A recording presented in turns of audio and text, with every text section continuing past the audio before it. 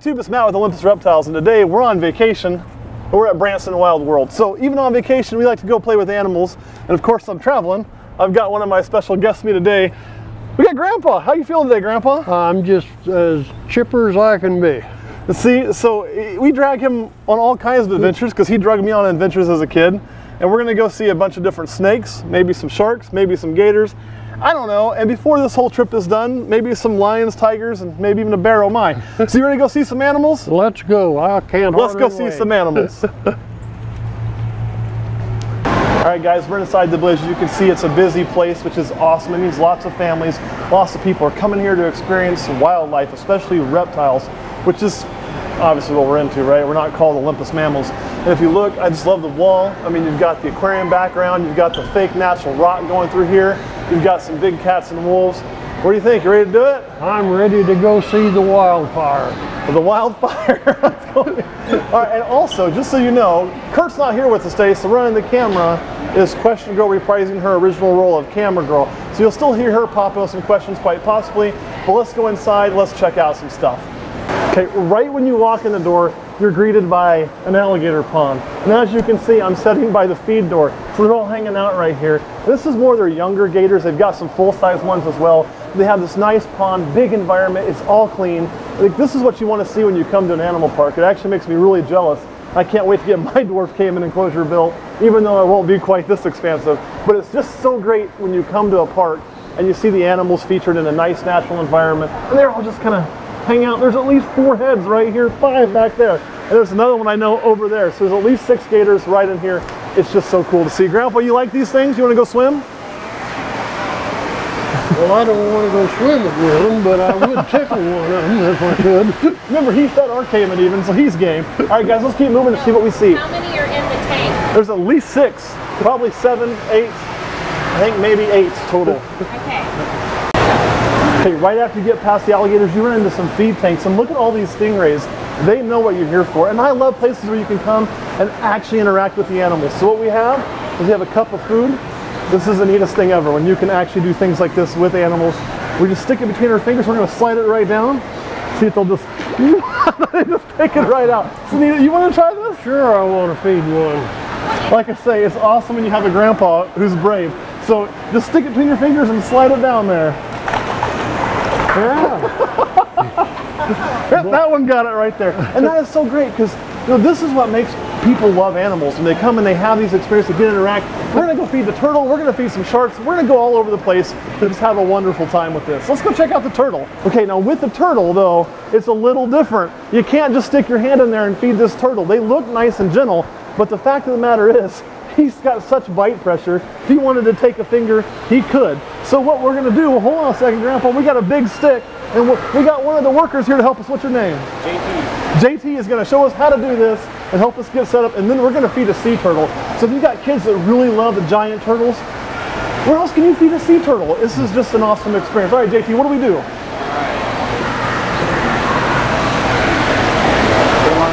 Let me get out of your way. All right, here we go. Let's see if the turtle's hungry. Oh, once she knows it's there, here she comes. Look at that, how neat. Can I have the stick back? Maybe? You want to try one too, Grandpa? Let's load one up for you. And now that she knows, she is right there ready. You know, stick it on there? Well, sure, that's what I'm going to feed it on. I want to do all of it. All right, it's all you then. So she is ready to go again, and like I say, this is just such an experience to get to do. I missed it. Now I got it.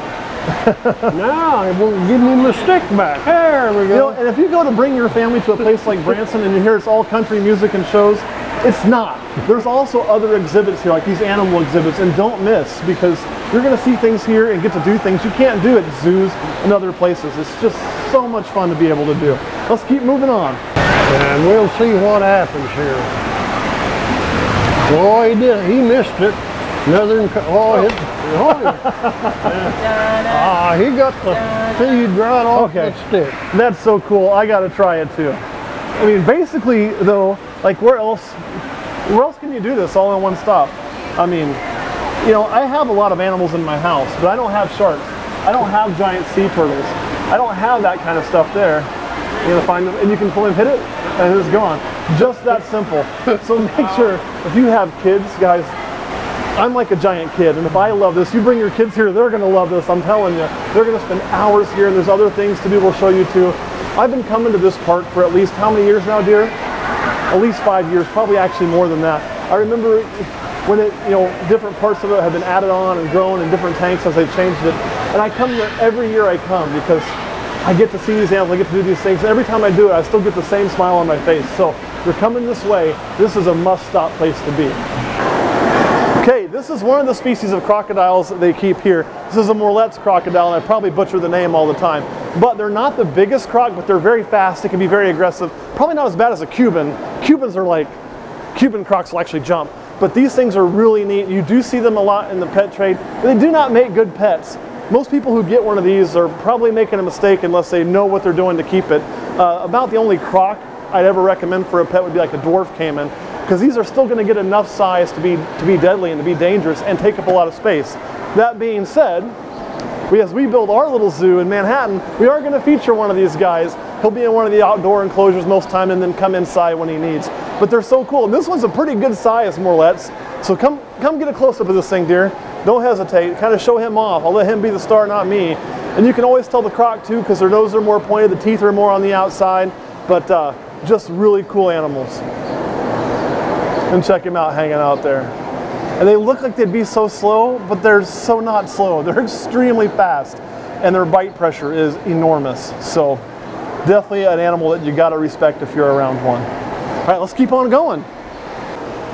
Okay, YouTube, so here it is. This is their big American alligator enclosure. This is where the two adults stay. And as you can see, this one right here has a stubby tail. And you'd think, well, why has it got a stubby tail? Well, let me tell you, one of them's a rescue, but it's actually not the stubby tail one, it's the full-length one that's the rescue. However, this one was donated to this facility from actually SeaWorld, and when they got it from SeaWorld, it already had a stubby tail. And that'll happen a lot of times in gators when they're very, very young. Other gators will nip that tail off, or when they're, you know, it just is one of those things that does happen, and it causes that in adulthood. Where this one got his tail nipped, I don't know the exact age, but I can tell you it came here already like that. So that didn't happen in this facility, and they've just taken and maintained that. And I do believe these gators have reproduced with them in the past. And so I know she's made, I know one year I was here and she'd made a nest, but she'd actually laid the eggs in the water. And that's, you know, that's nothing out of their control. But they are fertile, so she can reproduce baby gators. How cool is that? And they're just beautiful. And again, look at the whole enclosure shot. So I want you to show how long this is. So they've got a hidden area they can go into. They've got a big land area, a water area that's big enough for both of them to be in and spin around. And look, it's fairly clean. Yeah, you're going to see a little bit of things every now and then because it's going to be in every day. There's some small fish swimming that can, you know, they can snack on or can grow up and help clean up the cage as well. And then too, they've got just their whole land mass. So unless, if you're thinking, I want an American alligator at home, unless you've got this much of your house to donate, you probably shouldn't get an American alligator at home. Again, this is why I say big crocs don't make great pets. Awesome to look at, but where we live with the cold winter, you have to keep that thing indoors, right? I don't have an outdoor pond in Florida I can keep it in. It's just not very feasible for most people to keep one of these. So you come to a place like this, you get to see them, and that works for me. You guys remember you mentioned the Cuban crocodile earlier. Well, here it is. And this is one of my favorite crocs. Just look at the colors of it. It has got this almost speckled look. It's just beautiful. This, they call a golden crocodile. Hint, you might see one of those later, are what most people probably think are the two prettiest out there. These are much prettier than like a salty or things like that. But here's the thing about these Cubans. They have an attitude. Like, their attitude is on par with a Nile. And they're one of those few crocs that can actually cover great distances on the ground very, very fast. And the way they'll do that is they'll actually jump. So he'll take all four legs and literally jump and cover up to 6 feet. So if you're 6 feet away, he can get right next to you like that, which for a croc on land is unusual. They're usually kind of a short burst and in a straight line.